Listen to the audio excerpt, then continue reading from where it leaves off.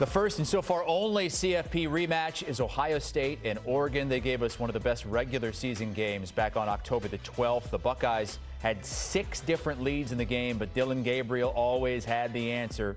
32-31. Oregon got the win. We know how it ended with Will Howard running out of time. Offensive stats nearly identical.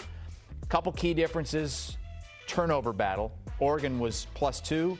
And in penalties, Ohio State committed several more for many more yards. Our Dennis Dodd spoke to Dan Lanning earlier today.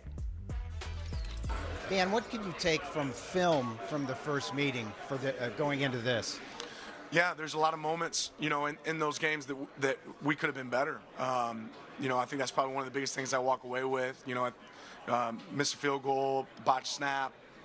Probably an opportunity for me to be able to kick the ball down there when we're tight to the red area.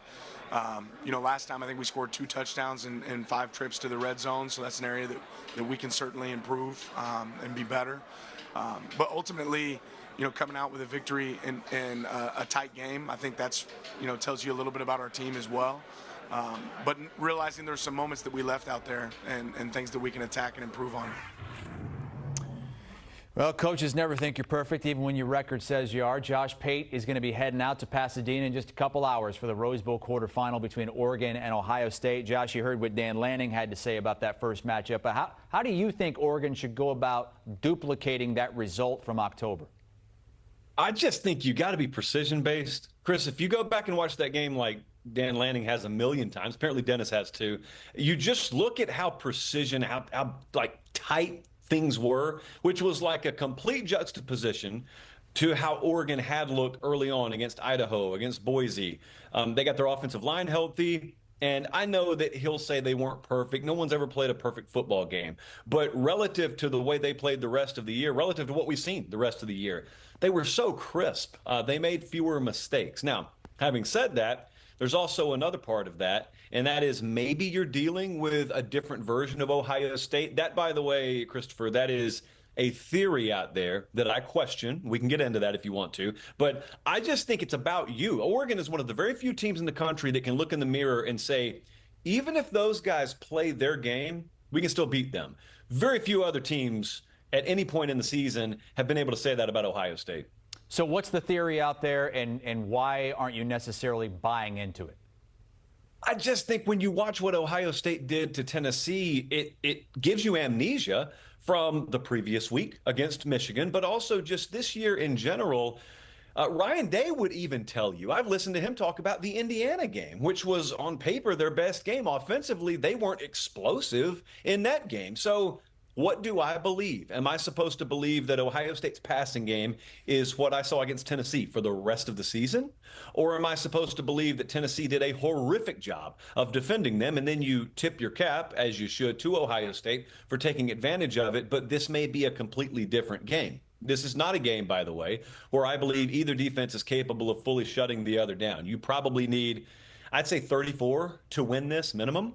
But I'm having trouble buying into the idea that Ohio State, 13 or 14 games in, whatever it is now, has just revolutionized their offense. I think you got a very, very A-plus high ceiling version of their passing game against Tennessee, and maybe it appears here again, or maybe it doesn't.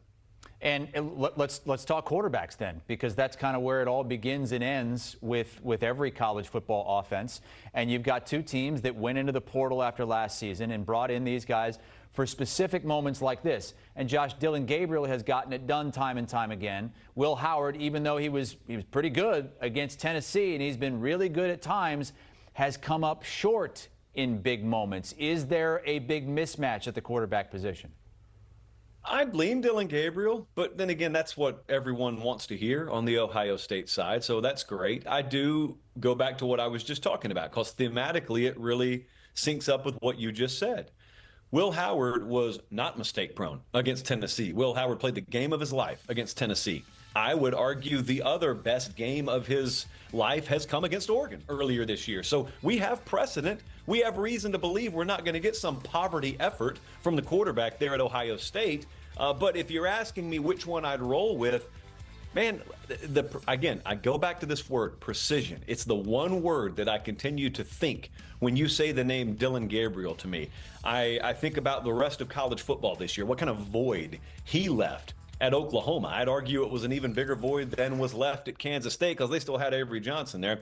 But I think also there is a very interesting side element to both of their respective games, and that is not that they're dual threat quarterbacks. They're not asked to do a lot, but you never know, Chris, where 28 or 30 extra yards rushing here or there on third down could be the difference in this game. Yeah, both those quarterbacks factor into the running game, but let's talk running back specifically. I mean, you go back preseason, and it was Ohio State's running back room, and you would take them over anybody's in the country. At least 9 out of 10 of us, I think, would. Oregon's, on the other hand, a bit overlooked, even though they had more rushing yards than Ohio State in that game, and Jordan James has had a great season. How do you compare the running back rooms in this game? This should be a heavy lean to Ohio State. Whether it will be, it should be. This is one of the glaring takeaways that I always remember. You snap the fingers. You tell me Ohio State, Oregon, first time around. What do you remember? I remember Ohio State having 122 yards on the ground at halftime, and you just put the stat up a little while ago. They had 19 total rushing yards in the second half, and it boggled my mind, and I'm sure it boggled most Ohio State fans' minds of looking and saying, how did we get away from what worked? It was no mystery. This was clicking for us. And it's not like they had to play from behind. I think the biggest deficit in that game was 14-6. It was a one-possession game the entire way. So Travion Henderson, Quinshon Judkins, if you did not go to the well to keep Henderson, but also to add Judkins for games like this, what did you go to the well to add them for? And that also, Chris, that's where I wonder, with how well you threw the ball against Tennessee, does that sort of bait you into leaning into that more? And for a quarterback that has been turnover prone at times, does that bait you maybe into a trap of assuming you can do to a Dan Lanning secondary what you did to the Tennessee secondary? You start with quarterbacks when you're talking advantages, disadvantages, but really I think the majority of football experts will say game is won at the line of scrimmage. Who has the edge at the line of scrimmage in this game?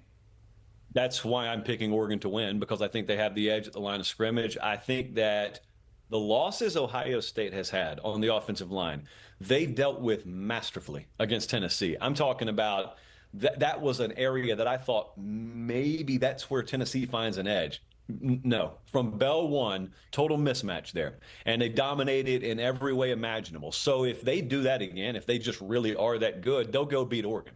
I am sort of rolling my own dice here that loss at left tackle a little while ago, and especially the loss of the Remington Award winner at center, Seth McLaughlin, this may be, combined with Oregon being about as healthy as they've been all year on the defensive front, where it cost them. And where it cost them, Chris, it's not, Will Howard gets sacked 9 times. It's just the timing and rhythm gets disrupted. It forces Chip Kelly to maybe play on the edges a little more than he wants to. And it also may impact their ability. I love tracking the stat yards before contact at the tailback position. And in this kind of matchup, Oregon can get to you in the backfield and can disrupt things. And that's what really throws off the timing and rhythm and flow of a ground game as well as a passing game.